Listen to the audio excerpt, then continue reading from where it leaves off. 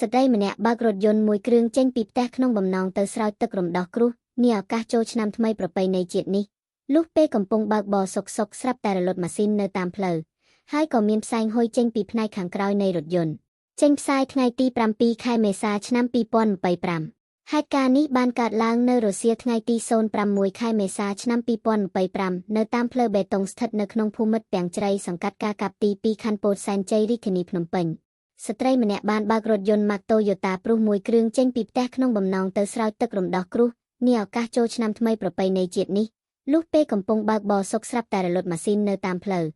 ហើយក៏មានផ្សែងហុយចេញពីផ្នែកខាងក្រោយនៃរថយន្តបន្ទាប់មកក៏មានការឆាបឆេះសន្ធោសន្ធៅបណ្ដាលឲ្យរងការខូចខាតខ្ទេចទាំងស្រុងនៅសល់តែគ្រោងដែកคล้ายទៅជាដែកអេតចាយតែម្ដងប៉ុន្តែស្ត្រីនោះបានបើកទ្វាររត់ចេញក្រៅទាន់ពេលមិនមានគ្រោះថ្នាក់ឡើយ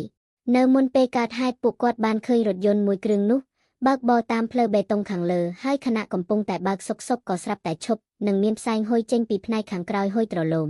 ពេលនោះបានឃើញស្ត្រីអ្នកបើកបរបើកទ្វារចុះចេញក្រៅនិងស្រែកហៅឲ្យពួកគាត់ជួយប៉ុន្តែពួកគាត់មិនទាន់បានជួយផងស្រាប់តែមានភ្លើងឆេះរថយន្តនោះសន្ធោសន្ធៅបាត់ទៅហើយ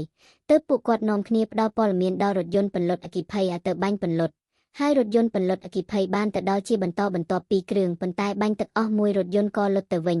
ហើយរថយន្តនោះបានរងការខូចខាតទាំងស្រុងคล้ายជាដែកអេតចាយបាត់ទៅហើយ